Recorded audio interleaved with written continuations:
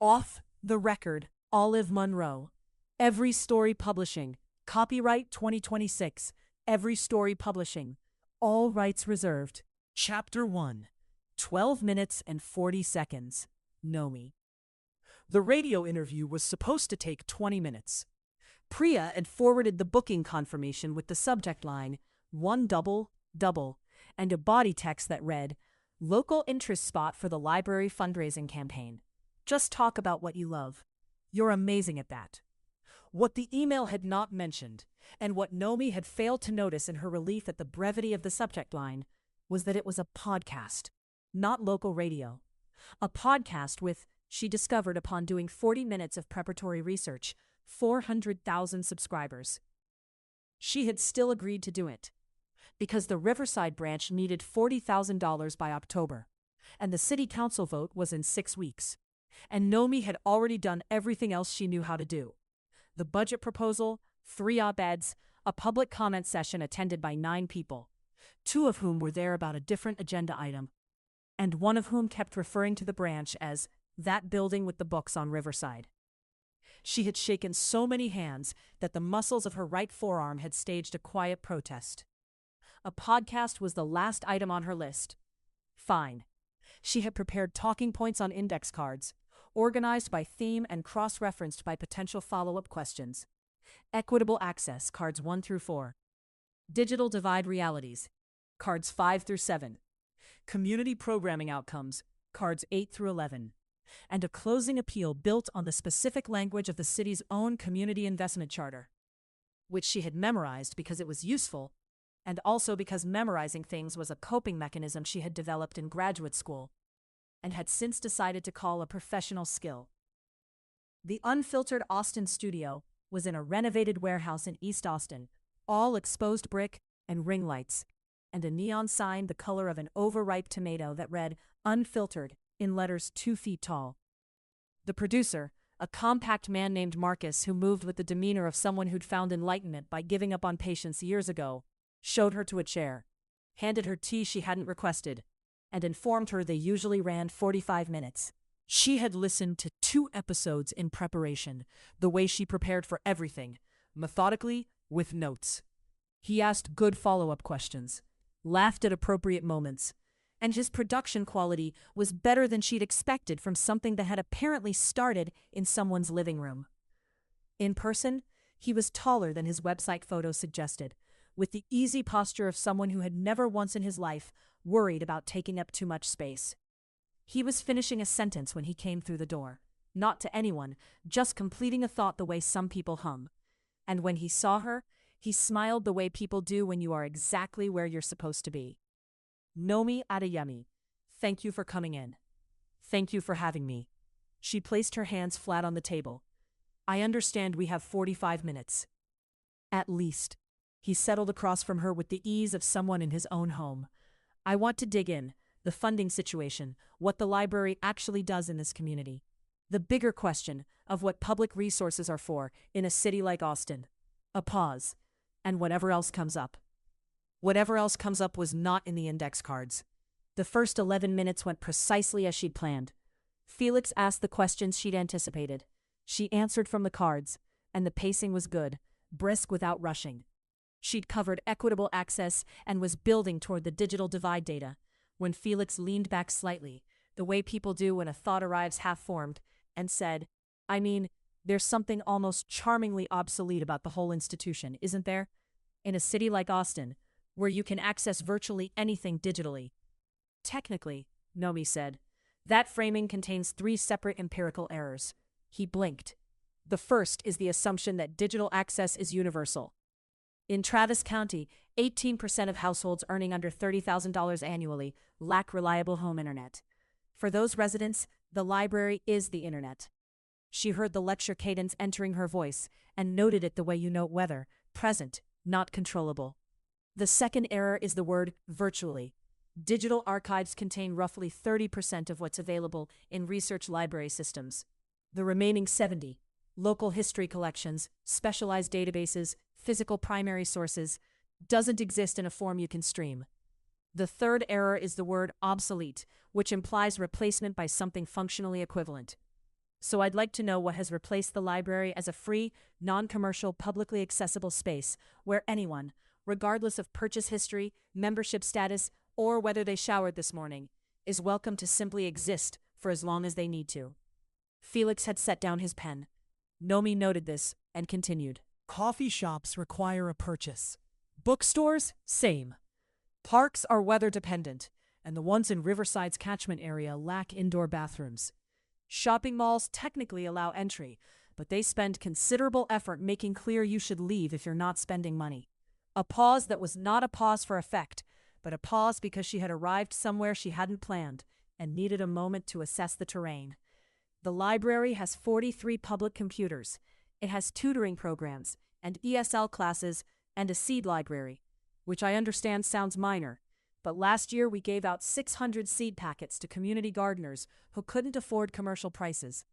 And it has Mrs. Chen, who has worked the circulation desk for 31 years and who knows the name of every regular patron and what they like to read and whether they seem okay today. Her voice changed on those 4 words. Not the lecture cadence, not the policy argument, something underneath both. She heard it and didn't stop. You have 400,000 listeners, and you just used 12 seconds to suggest their library is a charming anachronism. I have a card catalog that was updated this fiscal year, despite a 40% proposed budget cut, and I will be there, along with Mrs. Chen and 43 computers and 600 seed packets, long after your podcast gets canceled. The studio went quiet.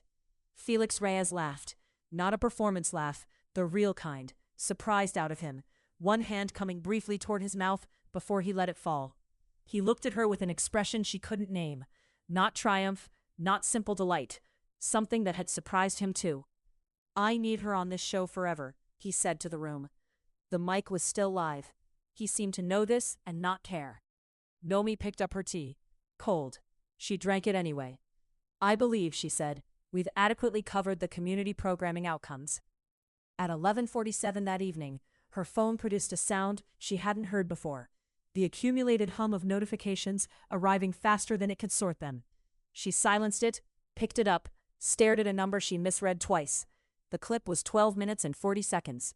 Someone had titled it Librarian Absolutely Destroys Podcast Host, in a font the color of urgency.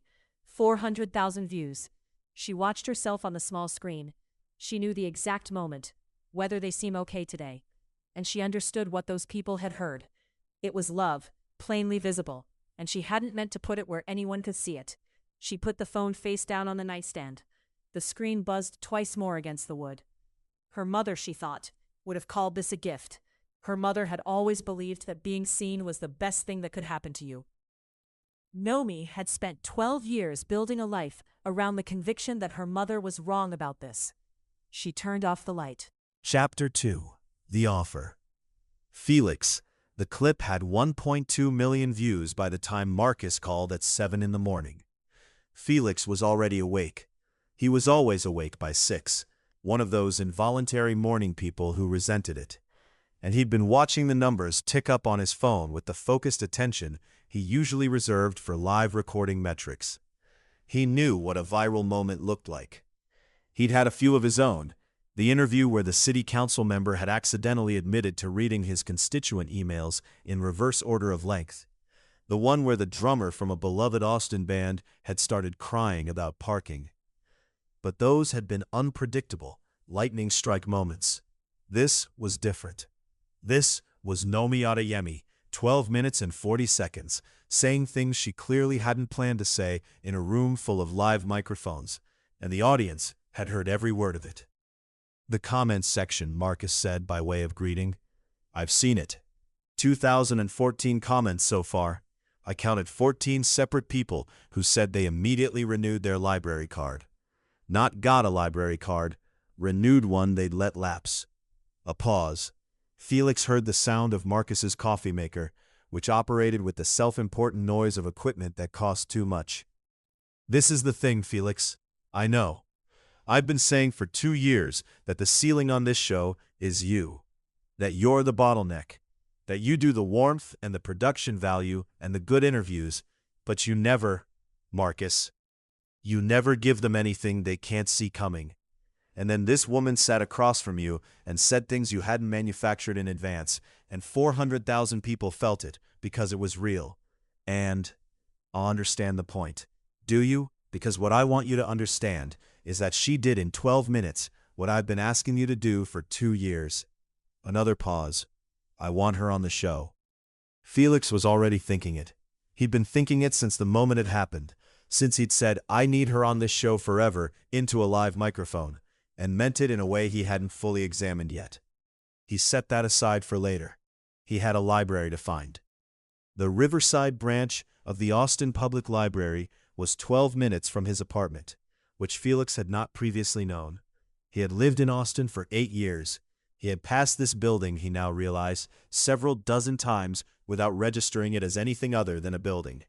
He arrived at 9:03, holding a cortado in a cup he'd had to explain to 3 different coffee shops before one of them made it correctly. He had not researched whether libraries had a food policy. He found out immediately. The woman at the circulation desk was perhaps 65, with the calm, specific authority of someone who had spent 30 years enforcing rules she fully agreed with. She looked at the cortado. She didn't speak. The quality of her silence was complete. Felix looked at a small laminated sign near the desk that read, "Please keep the library comfortable for all patrons. No food or beverages beyond this point. There's a bin near the entrance." She returned to her screen. Her name tag said, Dorothy Chen. Felix deposited the cortado in the bin and came back. "I'm looking for Nomi Adeyemi," he said.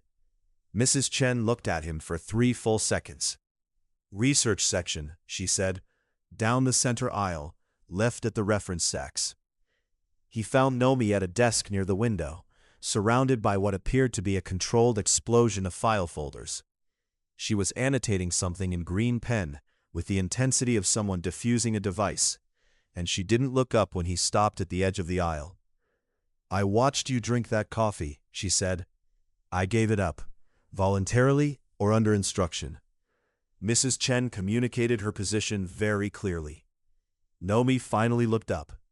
She had the expression of someone who had been mentally preparing for this conversation and was discovering, somewhat to her annoyance, that the preparation hadn't been sufficient. "How did you get my number?" "I didn't. I'm here in person." "I can see that." She capped the green pen. "What do you want?" Felix had given this pitch before. The show, the platform, the reach, the opportunity. He was good at it. He sat down across from her, uninvited, and said, "I want you to co-host." She stared at him. "I'm a librarian. You're the most compelling person who sat across from me in 3 years of broadcasting. The audience already knows who you are. You care about something that matters, and you're not afraid to say it in 12-minute increments in front of a live microphone. That was an accident. The best things on my show have always been accidents." He leaned forward slightly. "The library gets a platform. Your budget fight gets 400,000 witnesses, and you get to be viral content for however long this lasts. And then I go back to being a research librarian that no one outside of this branch has ever heard of." She tilted her head. "I've seen how this works. I'm a news cycle. Not if you're a co-host." He held her gaze. "Think of it as a 12-week public advocacy campaign with a very specific distribution channel." She was quiet. Felix watched her think the way some people watch weather move. You couldn't tell which way it was going until it had already gone. 12 weeks, she said finally. To start, she picked up the green pen, uncapped it, looked at the folder in front of her rather than at him. "I'll need final approval on any segments that reference the library directly. Reasonable. And I'm not doing anything that requires me to be in front of a camera. Audio only, for now. Not for later either." She wrote something in the margin of the folder. He craned his neck and read, upside down, the word evaluate in neat, precise letters. "I'll think about it." Felix stood. He looked at the word. The evaluation, he thought, had already happened. Tuesdays and Thursdays, first episode in 2 weeks. She didn't respond. He took that as a yes. Mrs. Chen was at the circulation desk when he passed on his way out. She watched him walk toward the door with the serene attention of someone conducting an ongoing assessment. "Good morning," Felix said. Said Mrs. Chen. Chapter 3, Episode 1. Technical difficulties. Nomi. She had agreed for 3 reasons that she listed to herself in order of respectability, the way she organized everything. Reason 1, which she told Priya, the library needed the platform. The city council vote was 5 weeks away, and the fundraising campaign was still $40,000 short. And 400,000 listeners was 400,000 potential constituents who might, if properly informed, contact their representatives. Reason 2, which she told herself at 2 in the morning. Mrs. Chen had been fighting this budget cut for longer than Nomi had known about it, and she deserved every available resource pointed in the same direction. Reason 3, which she told no one, and filed somewhere in the lower 150s of her mental Dewey system, under Applied Psychology, subheading, Things that are not my problem, but currently feel like they might be. Felix Reyes had said, "Here's the thing," in the middle of a sentence, and then paused for a beat too long, before redirecting into something that wasn't the thing at all. And she had found herself, against her considered judgment, wanting to know what the actual thing was. She had arrived at the studio 17 minutes early, which was her standard margin. She had read, in preparation, 4 books on broadcast media, 2 on podcast production, 1 on the psychology of public performance, and a long academic paper on parasocial relationships that had concerned her deeply and that she had annotated in red. She had also brought the index cards. Marcus intercepted her at the green room door and regarded the cards the way you regard evidence at a scene. "What are those?" "Talking points. For a conversation. For a structured conversation, yes." He held out his hand. She did not hand them over. They reached a silent compromise in which she kept the cards and he looked away. She recognized this for what it was. The studio was set up differently than her first visit. Chairs angled toward each other, a second mic at her position. She sat down, assessed the geometry of the space, and moved her chair 6 inches to the left, which improved the sightline and moved her away from the speaker at her right. The sound engineer appeared from behind a monitor, looked at the chair, looked at her, and spent the next 11 minutes readjusting the boom to account for the change. Neither of them said anything during this process. It was, Nomi would think later, the most comfortable 11 minutes of the episode. Felix arrived 4 minutes before recording, with the focused energy of someone who had a specific order of operations in mind. He went directly to the production cart, reached for a particular ceramic mug, dark blue, slightly chipped on the rim, and stopped. "Where's my mug?" Nomi looked at the cup in her hands. "Slightly chipped." "I thought it was the spare," she said. Felix looked at her, then at the mug, then back at her with an expression of the specific distress of someone whose ritual has been disrupted 30 seconds before they needed it. "That's not the spare. They look identical. The spare has a different chip." He ran a hand through his hair and glanced at the production cart, where there was, indeed, another blue mug, slightly chipped, on the left side rather than the right. "That's fine. It's fine." He picked up the other mug and held it for the remaining 4 minutes before recording began, and Nomi watched him take 3 deep breaths and put in a single earbud for exactly 30 seconds before removing it, and file this behavior under "Felix Reyes has a pre-show ritual and I have disrupted it." Noted. He came in at the right time with the wrong mug and spent the first segment 6 seconds slower on his turnarounds. Scattered, by his own measure. This produced in her a feeling she chose not to name. The episode found its footing at the 7-minute mark, when Felix asked, not from any preparation she could tell, why a librarian, like specifically. Not why libraries are important, why you in this specific job. Nomi had the official answer ready. She began to give it. Felix asked one follow-up question. She gave a slightly more specific answer. He asked another. She gave the real one. "There was an afternoon," she said. "I was 9. My mother had a lot of things happening that week, and I was just sort of present at them, the way you are when you're 9 and don't have opinions about your own schedule yet." She paused. She hadn't planned to say any of this. Someone dropped me at the library for a few hours, and I sat down with a book, and nobody needed anything from me. Nobody needed me to be part of anything. The book just existed, and I could be there with it, and nobody was watching. She heard her own voice and identified the quality of it, the way you identify a weather system forming. "I didn't know that was a thing you could have, a place where you were allowed to just exist without contributing." She stopped. Anyway, that was the afternoon. Felix had put his pen down at some point during this. He was very still. That's the episode, he said, quietly. Not to her, exactly. To some internal metric she didn't have access to. She looked at him. I don't know what that means. He picked up his pen. It means you just told 400,000 people something true, and they're going to hear it.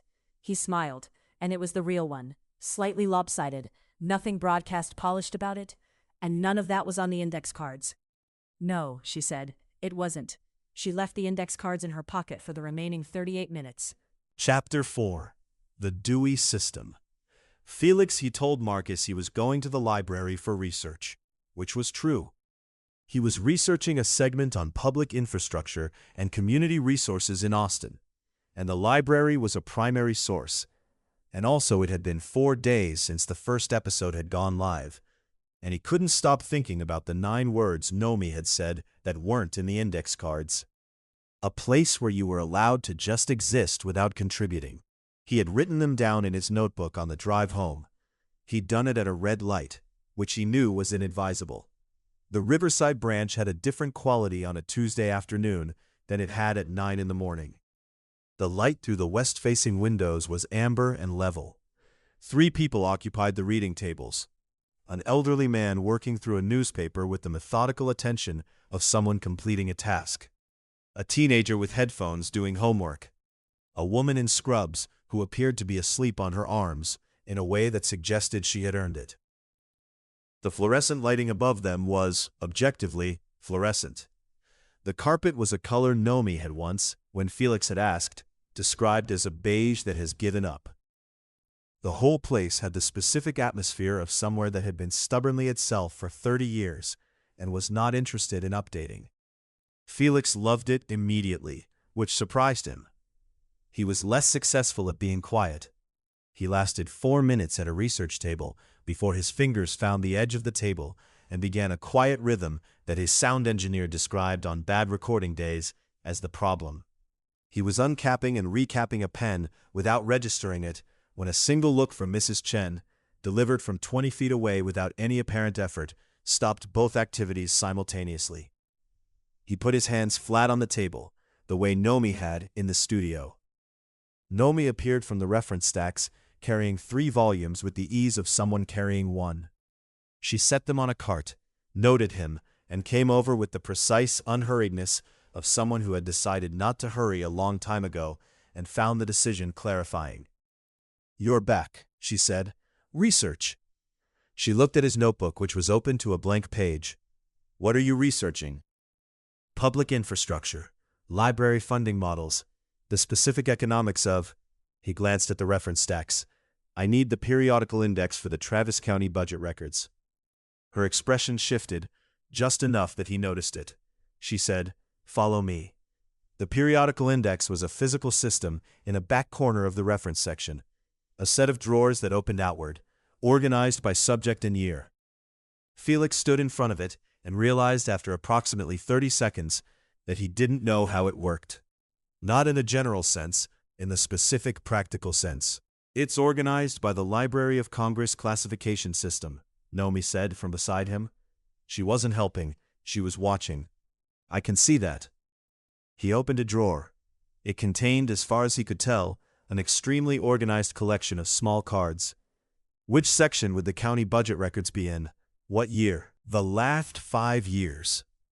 You'd start in the JS series for local government documents, then cross-reference with the specific subject heading in the K series for... She stopped. She had realized he was writing this down, in the notebook. "You're actually doing research." "I said I was doing research." "I thought it was a pretext." Felix looked at her. "For what?" She looked back at him with the focused assessment of someone who has asked a follow-up question and is waiting for the answer to reveal itself. It lasted 2 seconds. She turned back to the index. JS 344 through JS 351 for the county administrative records. "Pull the cards, bring them to the reference desk, and I can pull the actual documents." She handed him a small piece of paper. "Write the call numbers here." He wrote them. Her handwriting on a post-it stuck to the edge of the drawer said, "If you don't find what you need, check the vertical files. Ask." "Does everyone get post-it notes?" he asked. "The regulars know the system. Visitors get notes." She was already moving back toward the stacks. You're a visitor. What happens when I'm not? She paused with her back to him. One beat. You learn the system, she said, and kept walking. Felix found himself smiling at a periodical index drawer, which was not a sentence he'd expected to apply to his Tuesday. He spent an hour in the reference section. He found the right budget records, made notes, and found this was the part he couldn't account for, the exact source he needed for his segment, on a shelf behind the periodical index, which he had located independently, before Nomi appeared silently at his elbow. You found it, she said. You seem surprised. I'm not surprised, She stopped. She was doing the thing again, the follow-up question she hadn't said yet, the one she was holding while she decided whether to ask it. He was getting better at noticing it. The JS 352 volume was misfiled. I've been looking for it for 2 weeks. It was behind the JS 350. I know where it was. I'm noting that you found it. She took the volume from him, checked the call number, and returned it to its correct position with the air of someone restoring order. Did you get what you needed? Yes. He opened his notebook. He'd noted other things, overheard phrases, the amber light, the specific texture of the quiet. He wrote, a place where you are allowed to just exist without contributing. He'd already written it once. He wrote it again. She was watching him write. He felt it and didn't stop. What are you writing? She asked. Something for the episode. She was quiet for a moment. That's mine. I know. He closed the notebook. Is that a problem? Another pause. She had a way of using pauses that felt less like hesitation and more like precision. Like she was placing words in the exact position they needed to land, she said finally, just noting it. He packed his bag. He was at the reference stacks exit when he stopped. Nomi. She turned.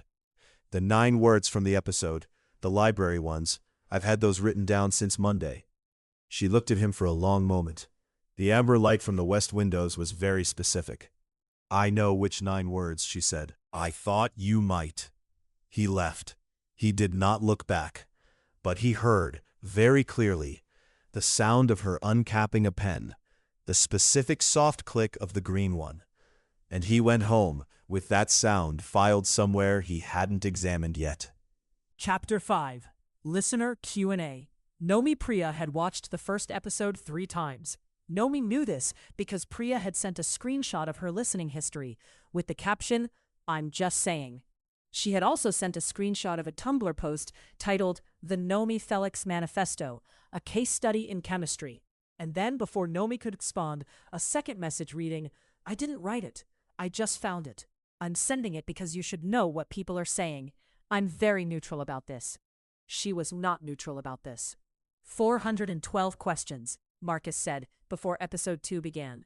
He was holding a legal pad. He handed it to Felix without handing it to Nomi, which she noted. I filtered down to 40. Those are the ones we'll pull from. Can I see the ones you filtered out? Nomi asked. Marcus looked at Felix. Felix looked at Nomi.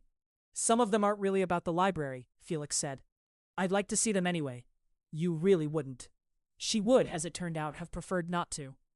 The filtered questions included questions, dozens of them, about when she and Felix had realized they were perfect for each other. 17 asking Felix to describe Nomi's best quality. A small but enthusiastic subcategory requesting that Felix say something in Spanish because someone had correctly identified that his surname was Spanish and had reached a conclusion from there. And one extremely specific question asking what Nomi's hand cream was called, which was not relevant to library funding, but demonstrated, at minimum, that the audience had been watching closely.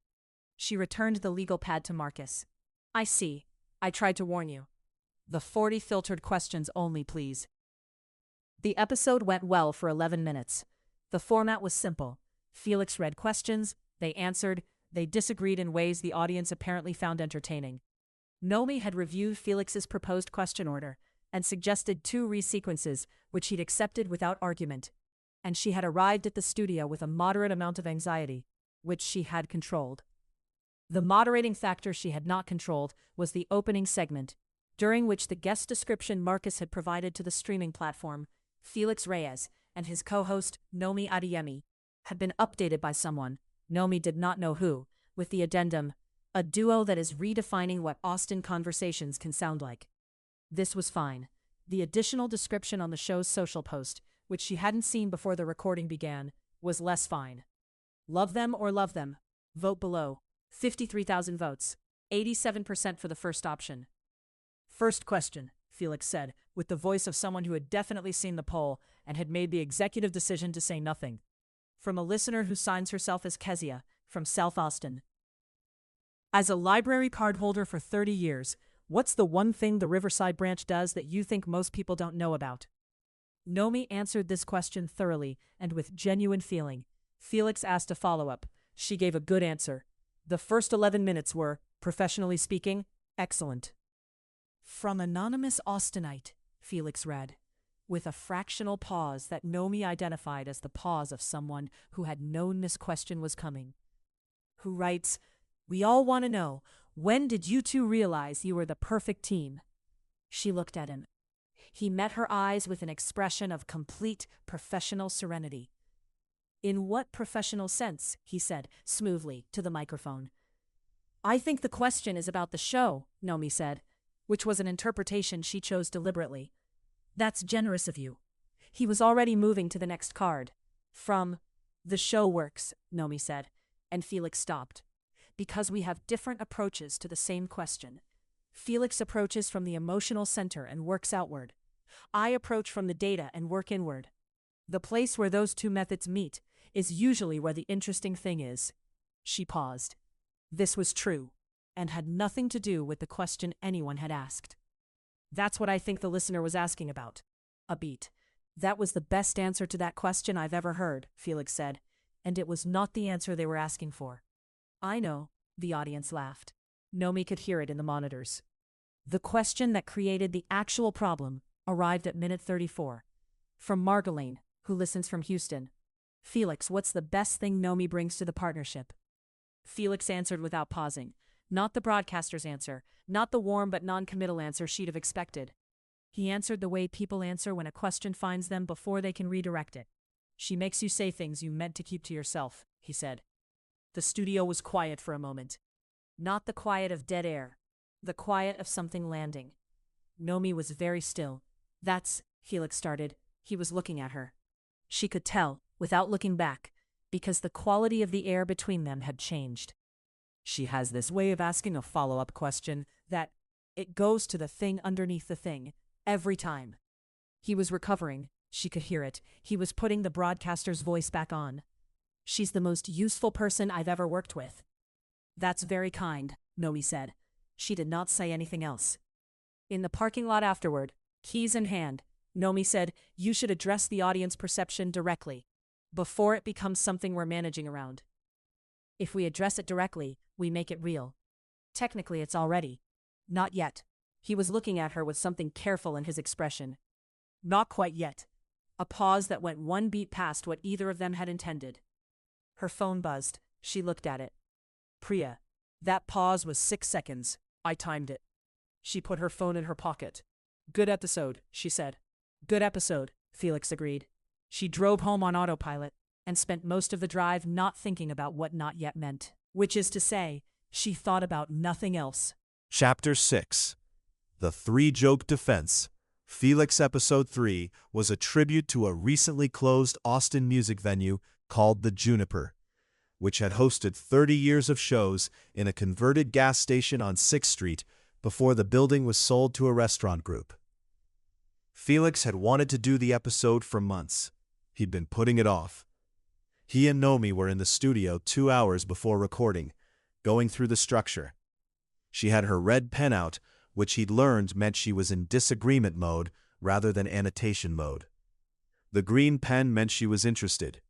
The blue pen meant she was taking notes she might share with him. The red pen meant she had questions he wasn't going to like. "You have the personal element here," she pointed to the outline as the closing beat. "Last 10 minutes. But you open with the institutional history and spend 20 minutes on the economics before you get to anyone's actual experience of the place. The economics matter. They matter. They're not why people love the Juniper." She capped the red pen, uncapped it. "What was the show you saw there? The specific one?" He'd mentioned it 3 days ago, to Marcus, in a conversation Nomi shouldn't have been privy to. He looked at her. "You weren't in that conversation. I was walking through the green room. The door was closed. The door was open by about 4 inches. She met his gaze with complete equanimity. What was the show? My father took me to see a band called Los Lobos when I was 15. The words came out straightforwardly. He'd told this story before. It was the first concert I'd ever been to. My father loved them. He sang along to everything and didn't care who could hear him. He paused, the way he always paused here, the practiced beat. That's the story. It's a good story. What were you going to tell your father before he died? The question arrived cleanly, without framing. She had done no setup, deployed no scaffolding, just placed it in the room as if it had always been there. Felix made the first joke. It was a good one. A light deflection about not leaving important conversations for the ride home. Delivered with the timing he'd spent years building. She didn't laugh exactly, but she smiled in the way someone does when they recognize what you're doing. He made the second joke, more elaborate, with a callback to the periodical index, which was new. He'd started building in references to shared experiences and hadn't noticed until just now. She waited. She had a librarian's patience, he'd decided, the patience of someone who understood that the first question was never the real question, and that the real question would surface if you held the space for it. He made the third joke. It was the longest of the three and the silliest, and even as he made it, he could feel the structure running out. He ran out of jokes. I was going to tell him I wasn't okay, Felix said. I was 22, and I was about to make a significant decision about my life, and I wasn't okay with it, and I kept thinking there'd be a better time to say it. He picked up his coffee, set it down. He died before there was a better time. Nomi was quiet. I don't use that in episodes, Felix said. I know. I have a version of it that I use, a shaped version. That works on air. I know that too. She uncapped the green pen. You made 3 jokes before you said it. He looked up. It's a pattern, she said. The first one redirects. The second one escalates. The third one runs out of road, and then you go quiet. She wrote something in the margin of the outline. You've done it 4 times since I started paying attention. You've been paying attention. It's what I do.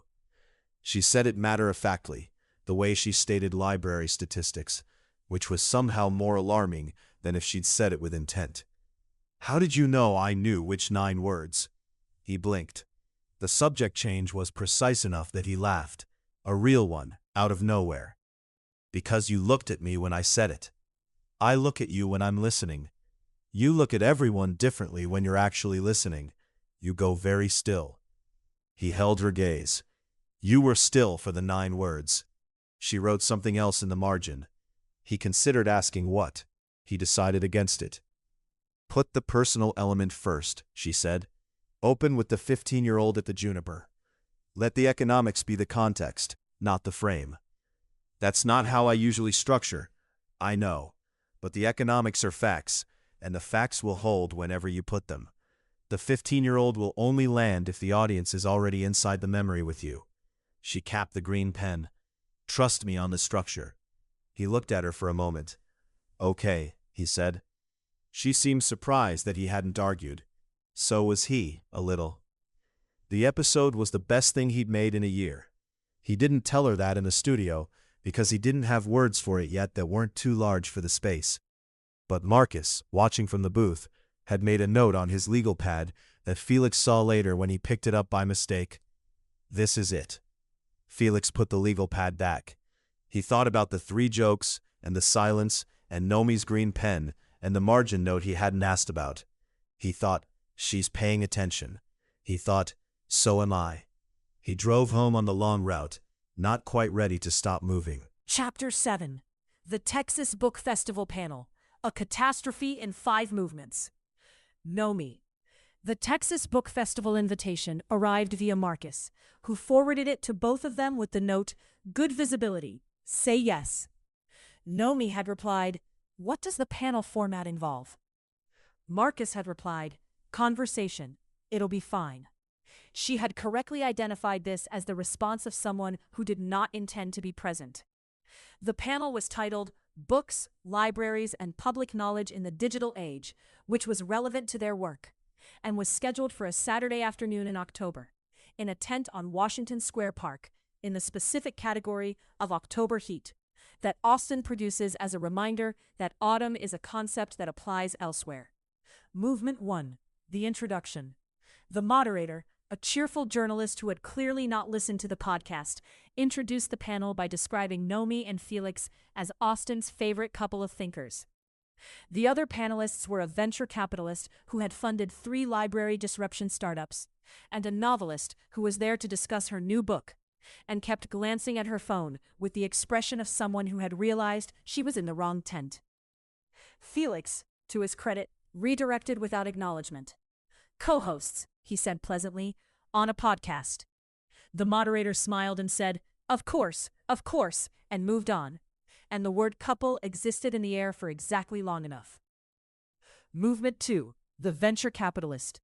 His name was Garrett. He had strong feelings about innovation. He used the phrase library of the future 4 times in his first 2 minutes, which Nomi noted with the calm attention of a researcher, watching a hypothesis become measurable. "The model needs disruption," Garrett said.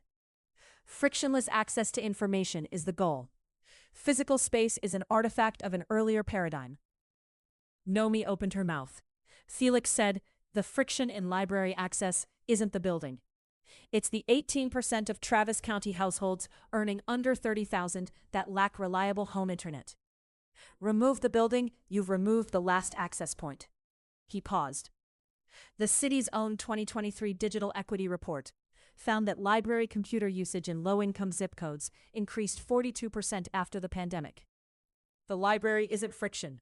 It's the solution to someone else's friction. Nomi had not moved. She was looking at Felix with an expression she became aware of only when the novelist, who had given up on her phone, leaned over and murmured, "He knows his stuff."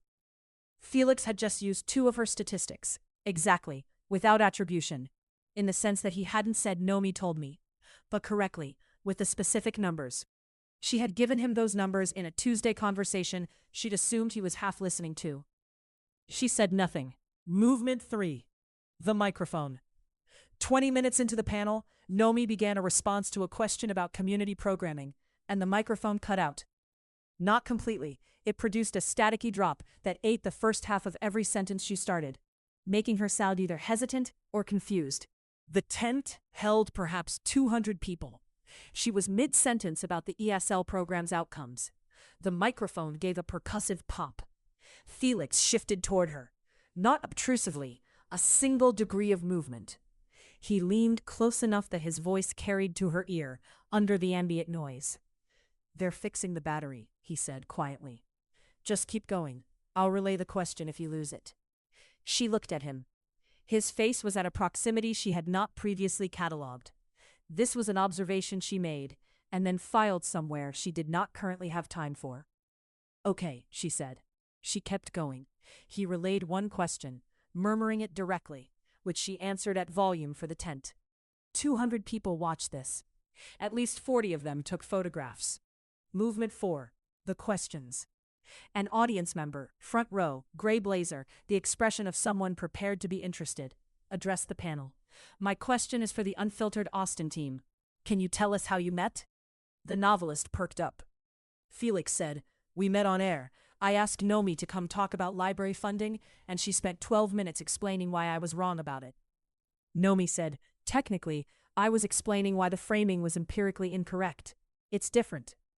She corrected my premise 3 times in the first 2 sentences. The first premise contained 2 factual errors. She had index cards. The index cards were relevant. The tent laughed. Nomi noticed that she and Felix were facing each other, rather than the audience, which she hadn't intended, and corrected her angle. The novelist said, "That's the cutest thing I've ever heard," and clearly believed she was at a couples reading event, which Nomi chose not to address. Movement 5. Afterward. They were walking through the festival crowd, bookstalls and tote bags, and the particular energy of 200 people who had recently been in a tent arguing about something they cared about. When Nomi stopped and said, "You memorized those statistics." Felix stopped. They were in the middle of foot traffic. People divided around them. "Which ones?" "The Travis County digital equity figures. The 42%. The 18%. She looked at him. Those are from a conversation we had on a Tuesday, in the reference section. I wasn't briefing you. I was thinking out loud. I know. People don't memorize things that aren't relevant to them. He held her gaze. Around them the crowd moved and parted. No, he said, they don't. 30 feet away, at a table staffed by the Austin Public Library's outreach team, Priya Mehta was watching them with the specific attention of someone who had already taken 2 screenshots and was composing a caption for the third. Nomi did not know this. She was looking at Felix. What did you write in your notebook after the episode? She asked. Technically, she said, if it came from a conversation with me, it's yours, he said. I know. He looked at her for one more moment. Come on, the outreach table's 30 feet back. She followed him. She thought, walking, about the 2 statistics and the proximity in the tent and the fact that he'd known, without her saying it, that she needed the audio relay before she'd asked. She was still thinking about it when they reached the table, where Priya greeted her with a hug that lasted slightly longer than normal, and over her shoulder made a face at Felix that Nomi did not see. Chapter 8. Static Felix. There was no plan to go to the bar. There was a plan to go directly to their respective cars after the festival, because the panel had run long, and it was 7:30, and both of them had what Felix privately categorized as the thing to think about. The thing where Nomi had looked at him in the festival crowd and asked why he'd memorized the statistics, and he had said they don't, without a joke in it, and she had let it sit there without filling the silence. The bar, a dive called Sloane's, with a jukebox and a neon shiner sign, and a bartender who appeared to be in the middle of a long philosophical project involving bar towels, was across the street from the festival parking lot. Felix had been there before, years ago. He held the door without thinking about it. Nomi walked through without thinking about it. They sat down at a corner table with the mutual understanding, apparently arrived at simultaneously, that they needed somewhere to be that wasn't a car or a studio. The bartender, his name tag said Tommy, set down 2 waters and looked at them for a beat too long. "You're the podcast people," Tommy said. "Yes," Felix said, "the library one." Tommy pointed at Nomi. "You're the one who told him off." "That is a simplification," Nomi said.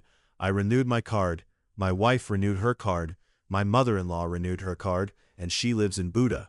He set down 2 more waters, which they hadn't needed, and went back to the bar with the air of someone who had completed his contribution to a historic event.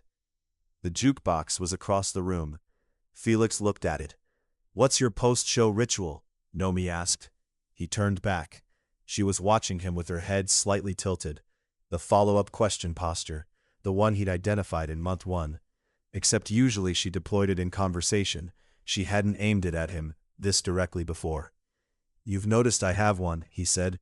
"You listen to something on your earbud, exactly 30 seconds. Then you take it out and go into the booth." She folded her hands on the table. "What is it?" "Superstition. Stevie Wonder." "Why that song?" He looked at the jukebox. "My father used to hum it when he was nervous before something. He played in a wedding band on weekends. Guitar. Not great, but enthusiastic. And he'd hum Superstition every time they loaded into a new venue." Felix picked up his water glass, set it down. "The cortado is from a cafe called Dos Mundos. It's across from the church where his funeral was held." The table was quiet. "I didn't plan to say that," Felix said. "I know."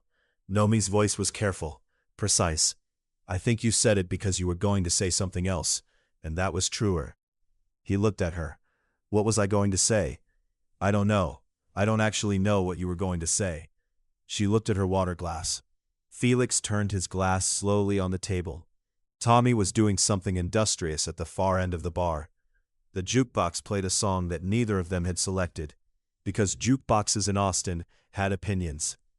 "Here's the thing," Felix started. He stopped. The joke didn't come. For the first time in longer than he could accurately calculate, the 3-joke buffer and the redirect and the warmth that covered the machinery of it, none of it came. There was just the table and Nomi's hands folded in front of her, and the cortado he hadn't had tonight, and someone who paid close enough attention to know when he was about to lie. He didn't finish the sentence. Nomi didn't finish it for him. They sat in that silence for what Tommy, if asked later, would describe as a whole song's worth, and the jukebox, with the impeccable timing of inanimate objects in Austin bars, played the opening chords of Superstition. Felix laughed, startled out of him. "That's not possible." "It's a very common song," Nomi said, but she was almost smiling. "It's statistically unremarkable that it's in the rotation."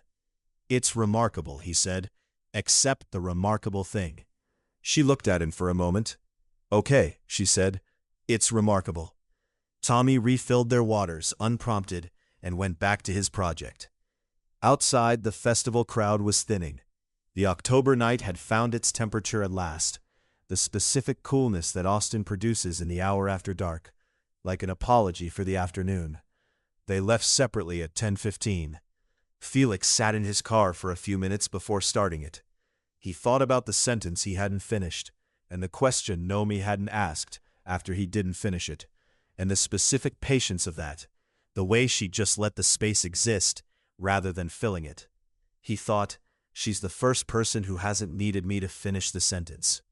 He drove home thinking about what that meant, and didn't arrive at a conclusion, and decided that was probably fine. Chapter 9. The Fundraiser Episode. Nomi.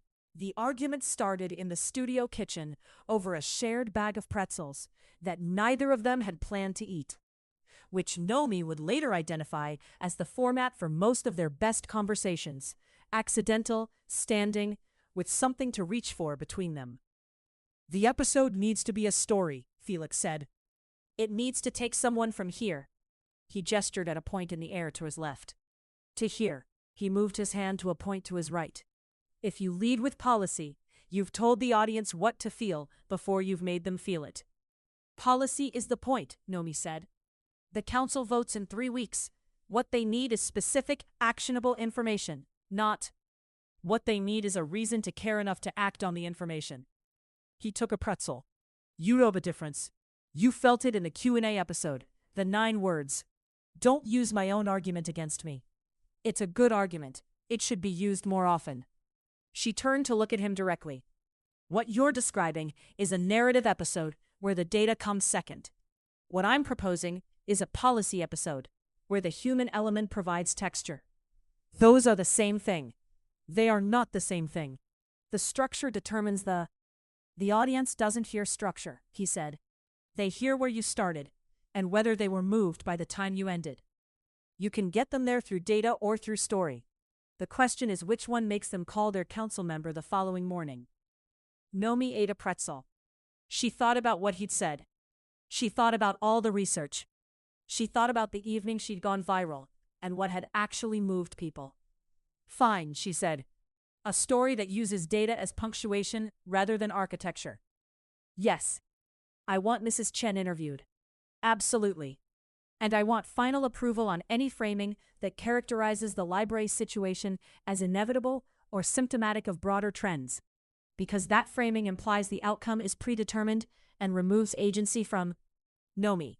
"What?" "Yes to all of that." He was almost smiling. "I've been saying yes for 3 minutes." She looked at him. "You have. When you know what you want, you say it very clearly." "Is that unusual?" "In my experience," he said. "Yes." He put the pretzel bag down. "Come on. Marcus wants a pre-recording call in 10 minutes. Mrs. Chen arrived at the studio on a Thursday, with the air of someone who had assessed the space, found it excessive, and decided to tolerate it for the duration. She sat across from the microphones, with her hands folded, and answered Felix's opening question. "What does the Riverside branch mean to the people who use it?" With a pause that lasted exactly long enough to suggest she was deciding whether the question deserved a complete answer. "It means they have somewhere to go," she said. "When they don't have anywhere else." Felix was quiet for a beat that Nomi had learned to recognize as his "this is the real thing" beat. "Can you tell me about a specific person?" Mrs. Chen told them about a man named Gerald, who had been coming to the branch every weekday for 11 years and used the computer terminals to video call his daughter in Portland, who worked nights and was available at 10 in the morning. "His apartment doesn't have internet," she said. "Dorothy," he told me, The library is the only place my daughter sees my face. She was quiet. Gerald is 73. He doesn't drive. If the branch closes, he takes 2 buses to the main branch, which, she paused again. He'll stop coming. People stop coming when it costs too much to get there. In the booth, through the glass, Nomi watched Felix take one careful breath through his nose. She watched him make a small mark on his notepad. She watched him thank Mrs. Chen and stay completely still until the interview had ended, and Mrs. Chen had gathered her things and departed with the air of someone who had said what needed saying and was now busy. Felix turned from the glass. He looked at Nomi. "She's better than both of us," he said. "I know," Nomi said. "She always has been." The edit session ran until 11 that night. The 2 of them in the studio with headphones and a marked-up transcript, building the episode around Mrs. Chen's 4 minutes, the way you build a house around a load-bearing room. At hour 3, Felix wanted to cut a 90-second section where Nomi described the seed library in specific, almost taxonomic detail.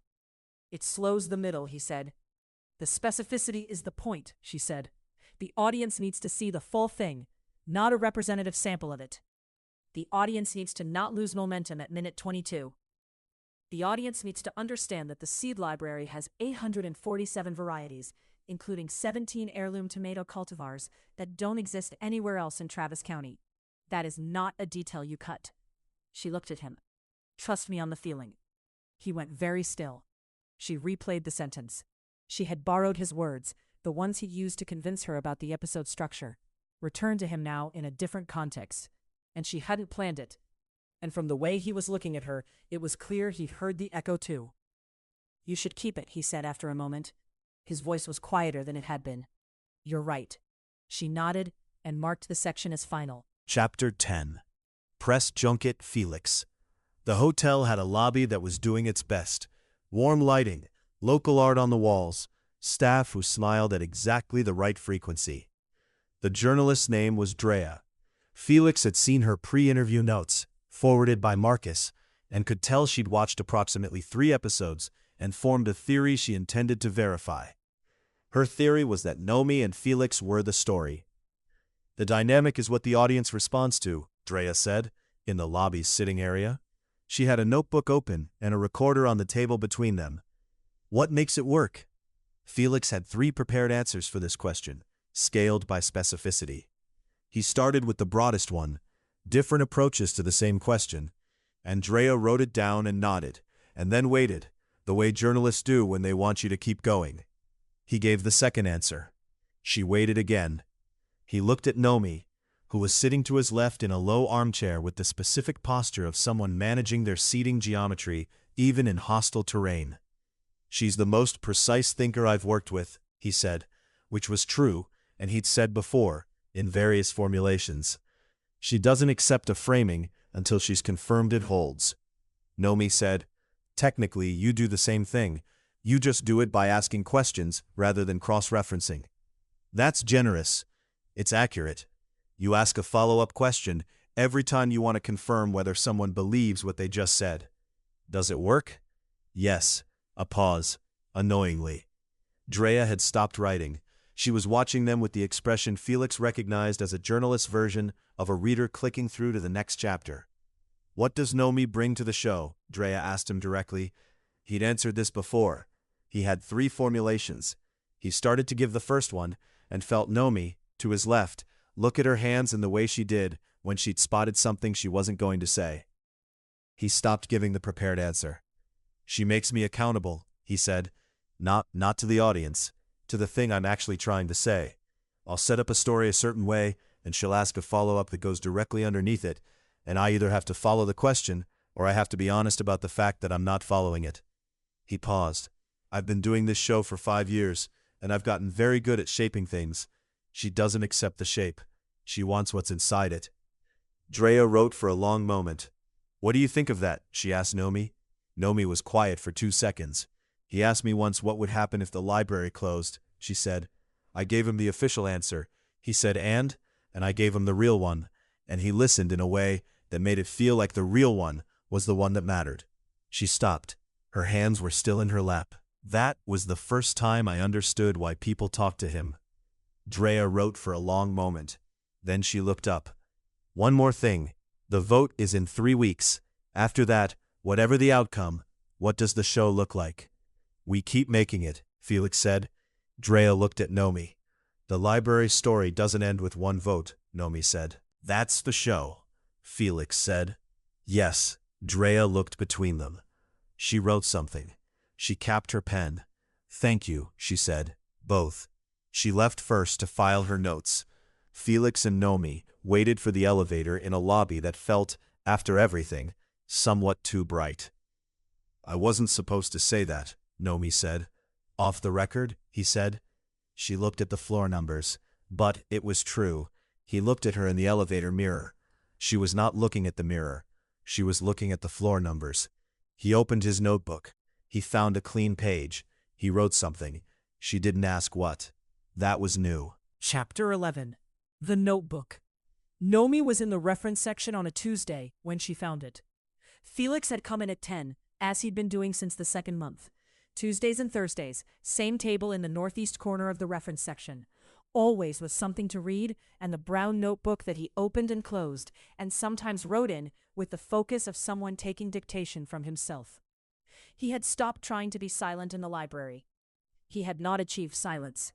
He had achieved an acceptable level of motion management that Mrs. Chen had, somewhere around week 4, silently certified by ceasing to look at his hands.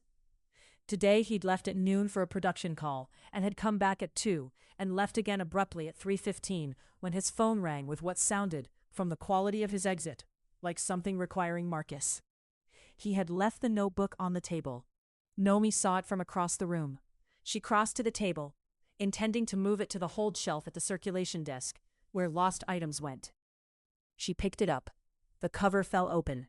The notebook was small and densely used, different conversations on different pages, dates in the upper corners.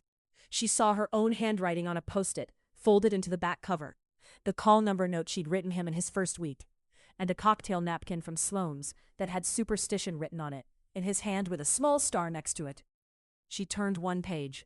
She shouldn't have. She turned another. There were 2 pages dedicated to her. Not labeled, but clearly hers. Phrases, dates, the specific combination of precision and context that she recognized as the way she said things. A place where you're allowed to just exist without contributing. The fraction of a pause before she decides whether to ask the follow-up. She reads the last page first. She said she didn't this time. That last one was dated 2 weeks ago. She'd said it to him after the press junket. She stood in the reference section holding the notebook and understood, with the methodical clarity that was her particular form of being undone, that she had been wrong about Felix Reyes in one specific and significant way. She'd assumed the notebook was professional collection, phrases he'd use, voices he'd record, material for the show, and some of it was, she could see that. But the 2 pages of her were not organized the way he organized material for episodes. There was no story shape to them, no setup and payoff sequence. They were just attentive, accumulated, the record of someone paying close attention for its own sake.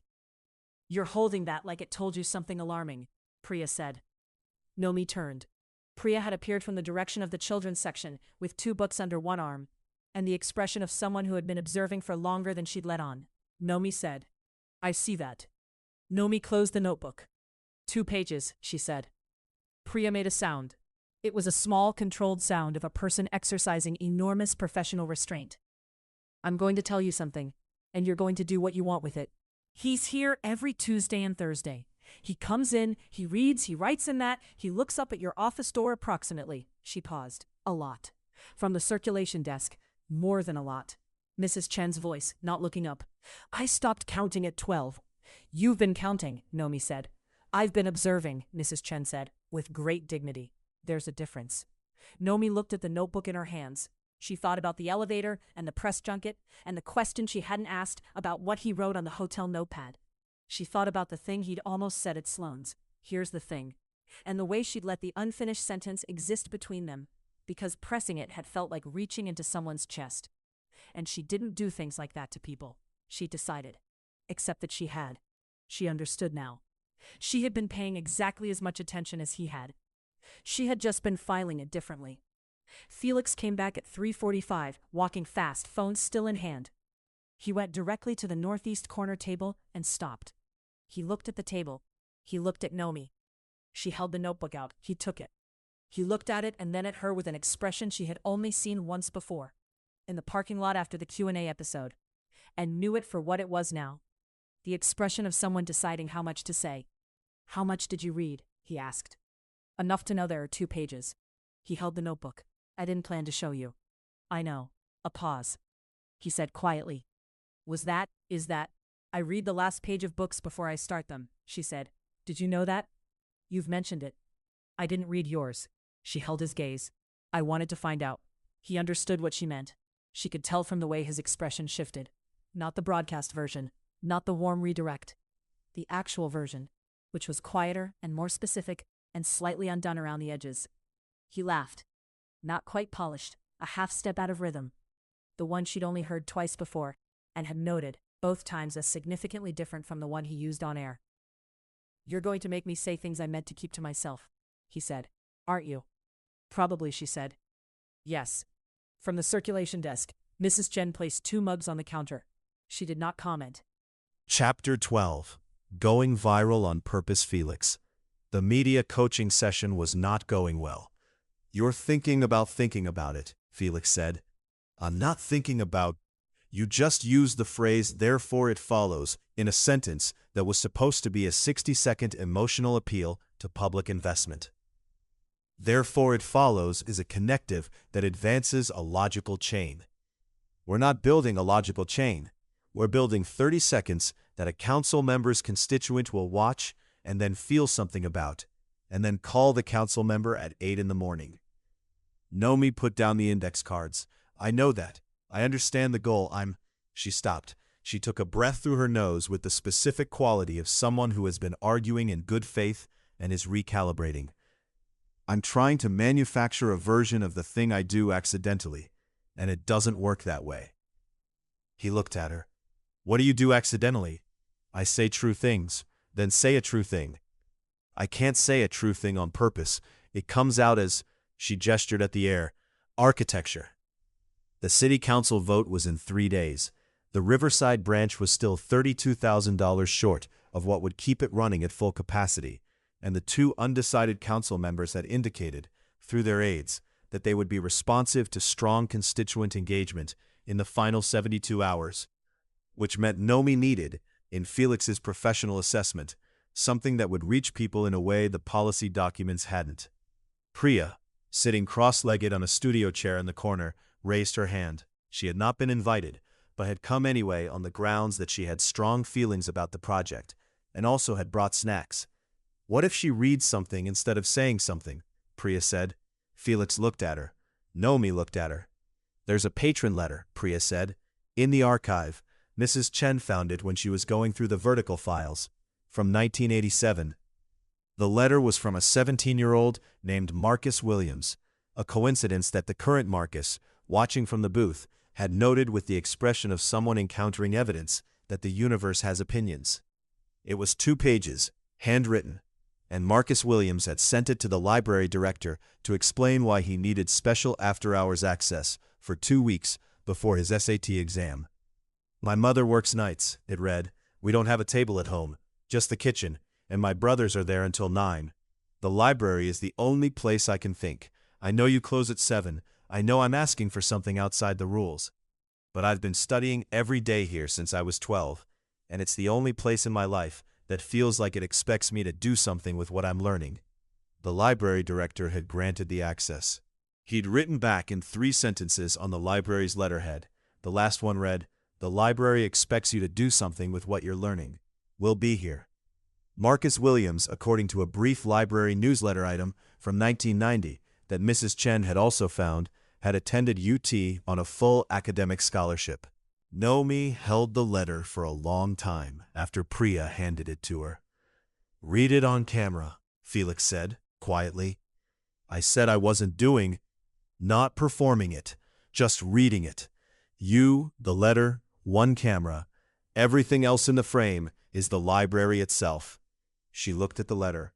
Felix watched her face do the thing it did when she was making a decision she'd already made but needed to finish making. Her thumb pressed flat on the corner of the page. "Okay," she said. He watched her from the booth.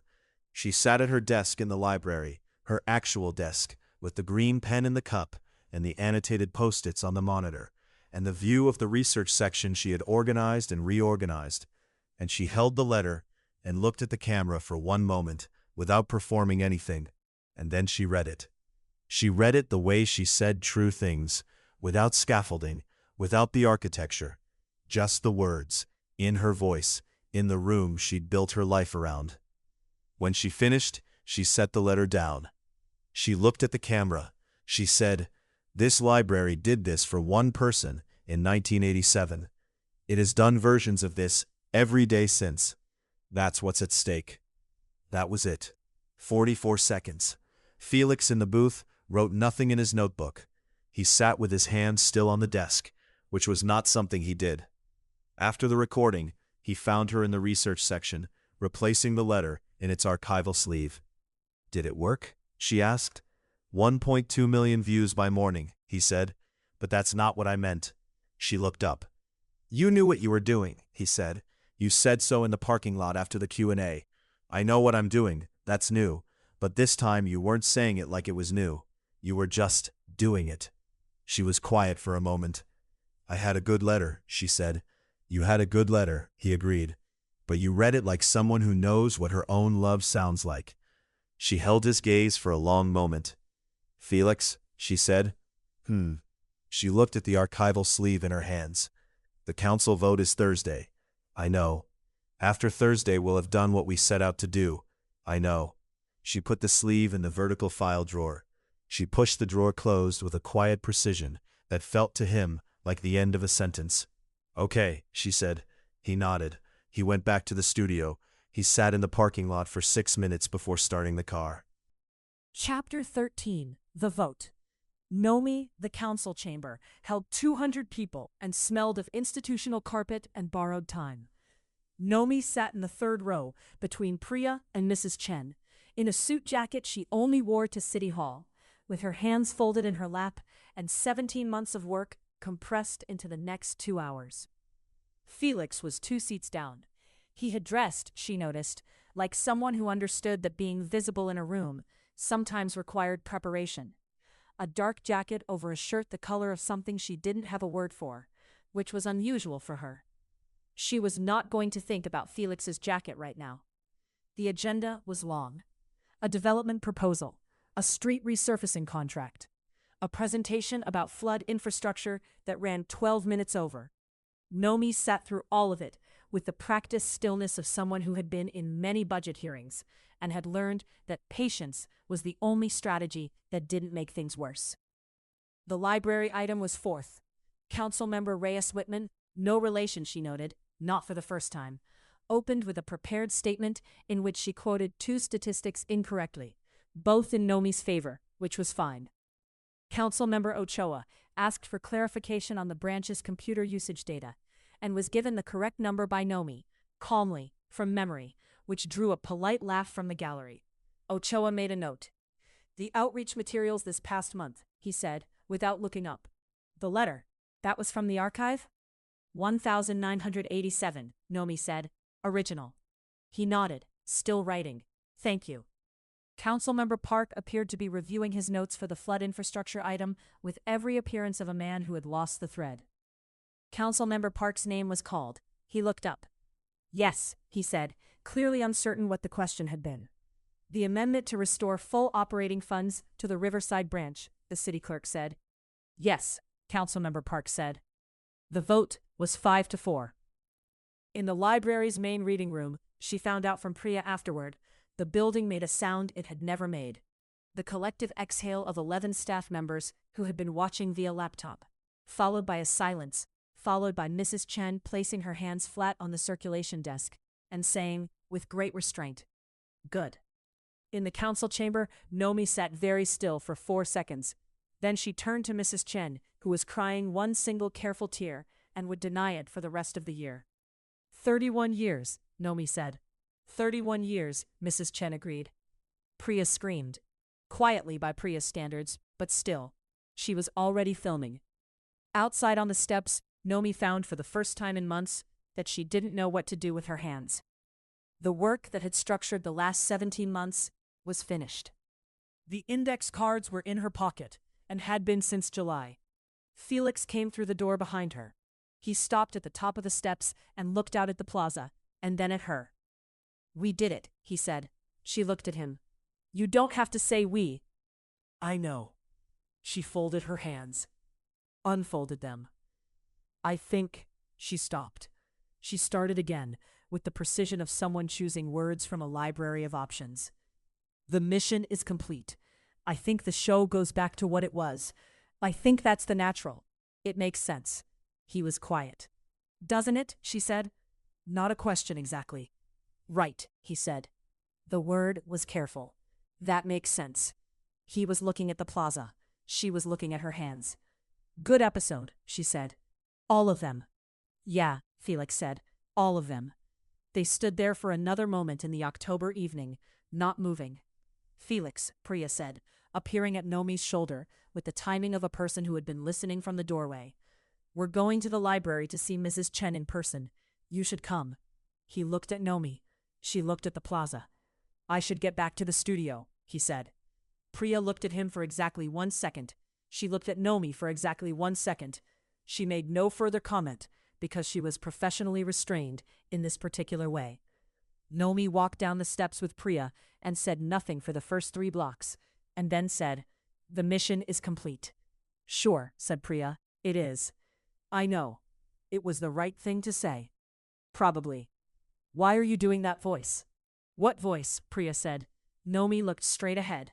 The October night was cool and clear and smelled of cedar. Chapter 14. Silence Felix, Episode 12, aired on a Monday, to the largest audience the show had ever had. And Felix sat in the studio afterward, in an empty room, and stared at the metrics for 15 minutes and thought about none of them. He had gone to the library on Tuesday. Nomi was in her office. He could see the light under the door from the research section. He had sat at his usual table in the northeast corner. He had read for 2 hours. He had not knocked on the door. He had left at 5:15, which was when he'd noticed the light under the door go off. He had gone back on Thursday, same table. Mrs. Chen had put 2 mugs of tea on the circulation desk without comment, and he had carried one to the northeast corner and left the other where it sat, and at some point in the late afternoon it had disappeared, though he hadn't been watching. "You're doing the dead air thing," Marcus said, on the following Tuesday. "I'm not doing the dead air thing." You filled a natural transition pause with 45 seconds of Springsteen trivia. There was context for the Springsteen. "Felix," Marcus put down his coffee. "What was the Springsteen context?" A pause. "I was thinking about something, and it came out," Felix said. "You were thinking about something, and 45 seconds of Springsteen came out of your mouth into a live microphone. Everyone likes Springsteen. I am not actually talking about Springsteen." Marcus picked up his coffee again. "Go to the library." "I've been going to the library. Talk to her. She said the mission was complete." Marcus set his coffee down for the 3rd time, which was his tell, for I am going to say a thing and you are going to hear it. She also said the word technically 11 times in the first 3 episodes. And by episode 9, she'd stopped correcting your statistics before you finished them because she already knew you had the right number. He looked at Felix with the steadiness of someone who has finally run out of patience waiting. "The mission being complete doesn't mean what you both decided it meant on those steps." Felix was quiet. "What does it mean to you?" he said. "I think," Marcus said, "you should figure that out yourself. I would suggest not doing it via Springsteen trivia." He thought about the council steps for 3 days before he understood what actually bothered him. Not that she'd said it, not that it had been neat and structured and delivered with the precision she brought to everything. The thing was that she'd handed him an exit, and he had confirmed she was right to offer one. She'd said the mission is complete, and he had said, "Right, that makes sense." And he'd been standing 2 feet from her on those steps, and he had said, "Right, that makes sense." as if the mission was the point, as if that was the conversation they'd been having. He went on a Thursday at 2 rather than 10, and he went not to the northeast corner of the reference section, but to the circulation desk. Mrs. Chen looked at him. She rearranged the research section, Mrs. Chen said. Felix looked at the research section. It was, as far as he could tell, perfectly organized. Looks the same to me. That's the second time she's reorganized it since the vote. Mrs. Chen closed the database window on her screen.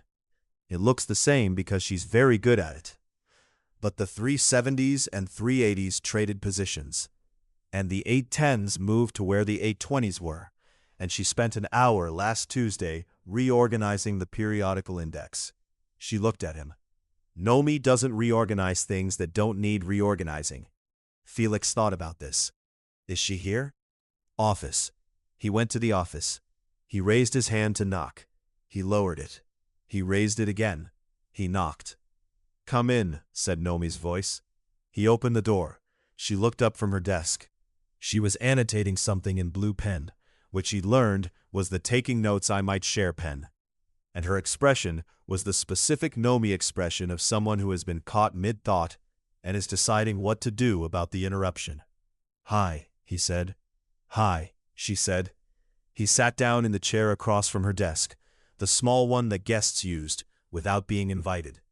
She watched him do this. I've been coming in on Tuesdays and Thursdays, he said. I know. I heard you rearrange the research section. The 370s and 380s are more logically situated with the current. She stopped. She uncapped the blue pen. Capped it. Yes, twice. Technically, I reorganized the periodical index as well, so it's more accurately. She stopped again. Felix looked at her hands, the pen, the desk, the stack of annotated folders that were, he was pretty sure, more organized than any pile of folders needed to be. I made a solo episode, he said, about my father. The juniper, the conversation I didn't have, the funeral, all of it. I've had it since last month. She was very still. I haven't aired it. He held her gaze. I've been trying to figure out whether to. Why haven't you? Because it's the most real thing I've ever recorded, and I've been broadcasting for 8 years, and I don't know what to do with something that real inside this format I've built. He looked at his hands on his knees. I keep thinking, this is what the show has been building toward. Marcus thinks so, I think so, but every time I cue it up He stopped. You make 3 jokes, she said. Something like that. She set the blue pen down. Chapter 15. Here's the thing, Nomi. The week after the vote, the library was louder than usual, in the way that good things make places louder. More people at the computers. More children in the program room. Mrs. Chen fielding 3 calls from patrons who had seen the coverage and wanted to know about the seed library. Nomi was glad for the work. She had plenty of it. On Friday, she found a note she'd written in the margin of a report. Ask F about the Micus Williams angle for the archive piece, and crossed it out with one careful line. On Monday, she reorganized the periodical index, which did not need reorganizing. On Tuesday morning, she sat at her desk with the blue pen uncapped and the notebook open, and nothing to write in it that she was going to write. He came in on a Tuesday with earbuds, 1 pair. He set them on her desk without preamble. She looked at them and then at him. Here, he said. She looked at the earbuds. She picked them up. She untangled them with the deliberate attention of someone buying time. Where? She said. He looked toward the research section. They settled at the northeast corner table, her chair, his usual position across from her, with the earbuds on the table between them, and Felix put one bud in and handed her the second. The shared earbud arrangement required proximity, the close but not touching proximity of people doing something side by side.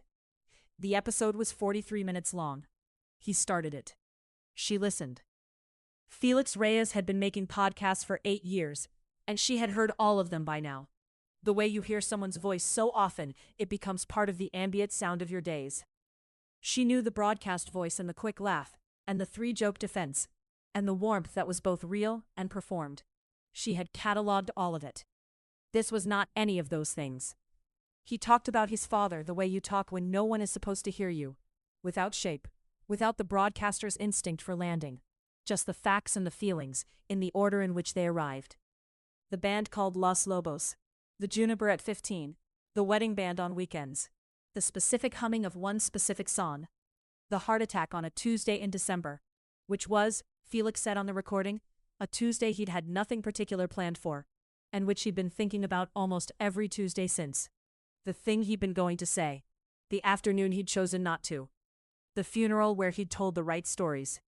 She was aware, listening, that the table was very quiet, and the library was very quiet, and Felix, sitting across from her in real time while his recorded voice spoke, was watching something in the middle distance, with his hands flat on the table. At minute 32, his recorded voice said, "I've gotten very good at giving people the real thing in a shape that's manageable, but the real thing without the shape is just a pause. It's just real. And I don't know if that's enough. I've never let it be enough." Nomi took the earbud out. She set it on the table. Felix looked at it, then at her. "That's the best thing you've made," she said. "I know." He looked at her for a moment. "I wanted you to hear it first." He paused. "Because you're the reason I made it. Not directly, you didn't ask for it. But you asked the follow-up question enough times that I started asking it myself." He turned his water glass once on the table. "And I wanted you to know that before whatever comes next." "What comes next?" she said. Not a question, a following of his thought. "Here's the thing," he said. She waited. The silence was not uncomfortable. It was the silence she'd learned to hold. The space after the first question, where the real question surfaces if you let it. "I've been coming here on Tuesdays and Thursdays," he said, "for 3 months. And I don't think it's for the periodical index." She looked at the earbud on the table between them. "I know," she said. "And I wrote 2 pages of your words in a notebook. I know that too. And every time I've been about to say the actual thing He stopped. "I've been afraid of what it sounds like without the joke at the end of it." She looked up at him. "Say it without the joke." He met her gaze. His hands were still on the table. The afternoon light was amber. The library was quiet, and Mrs. Chen was at the circulation desk with the specific unobtrusiveness of someone who has decided to be very focused on the database. "I'm in love with you," Felix said, in the specific and non-performed sense. Nomi was quiet for a moment. "I read the last page of books before I start them," she said. "I know. I didn't read yours." She held his gaze. "I wanted to find out." The afternoon light shifted. Somewhere in the children's section, Priya produced a sound she would later describe as a controlled exclamation of professional relevance. Felix reached across the table. He didn't touch her hand. He set his hand on the table near hers, a question rather than a statement. And she looked at it for one moment, and then turned her hand, so her fingers were alongside his. "Mrs. Chen will have opinions," she said. "She already has opinions. They will be specific and expressed through implication. I know. I've been on the receiving end of her implications for 3 months." He was almost smiling. "I think I've passed some kind of provisional evaluation. You reorganized the 370s back correctly. I learned the system." She looked at their hands on the table. "Felix," she said. "What are you going to do with the episode?" He thought about it. "Air it," he said. "It's what I made it for." A pause. "Marcus has been waiting for it for 3 years. He's going to say 'I told you so' in business language." "Definitely." He turned his hands so their fingers were properly together. "That's fine. From the circulation desk, you're in the research section." Mrs. Chen's voice, perfectly level. "The chairs are for reading." Neither of them moved. "We're using them for sitting," Nomi said. Said Mrs. Chen. The library settled around them into its late afternoon quiet. The amber light through the west windows. The steady hum of the fluorescent lights that had never quite been replaced. The sound of 3 remaining patrons doing the things people come to the library to do. Existing, without contributing, in a place that expected them to be there. Chapter 16. Off the Record. Nomi Felix aired the episode on a Monday. The response was not viral. It was something slower and more specific. Letters, most of them, which the show had never received in quantity before. Emails, some of them very long. A voicemail from a man in his 60s who said, in 42 seconds, My father died before I told him something too. And I want you to know I called my son tonight. And then cleared his throat and hung up. Marcus forwarded it to Felix. In the subject line, he wrote, "Another Marcus." 39 years later. Felix forwarded it to Nomi without comment. She sat at her desk and read it twice, and wrote in the margin of whatever she was annotating, in blue pen, "This is what the work is for." Mrs. Chen updated the display case near the library entrance on the first Tuesday of November, as she did every 2 weeks. The new display was titled, "What Libraries Are For." It contained a printed transcript of 12 minutes and 40 seconds of audio from a recording dated 8 months ago, in a typeface of Mrs. Chen's own choosing. It contained the 1987 letter from Marcus Williams. It contained a photograph from the Texas Book Festival. 2 people who had stopped walking in the middle of a crowd, facing each other. The sort of photograph that happens when both subjects have forgotten they're in a public place. And it contained a small index card in Mrs. Chen's handwriting. Reference: see also, Things Worth Keeping. On a Tuesday in November, at 3 in the afternoon, Felix came in. He came in the way he came in now, without the cortado, because Mrs. Chen had relented about outside beverages approximately 3 weeks ago under circumstances she had not explained and was not going to. And he went to the northeast corner of the reference section, and he opened his notebook to a new page. Nomi came in from her office at 3:15. She sat across from him. Between them, she placed a book, face down, so neither of them could see the cover. He looked at it, then at her. "I haven't read the last page," she said. "No?" "No." She was quiet for a moment. "I thought I'd find out this time." He picked up his pen. He looked at the blank page in his notebook. "What are you going to write?" she asked. "Something for the record." "Technically," she said, "if it involves—" He looked up. She stopped. She looked at the book between them. She looked at him. "Never mind," she said. He smiled, the real one, a one that wasn't quite polished. The one, she had come to understand, was reserved for specific moments in quiet rooms. He opened the notebook. He wrote something. She picked up the book. She opened it to the first page. She began.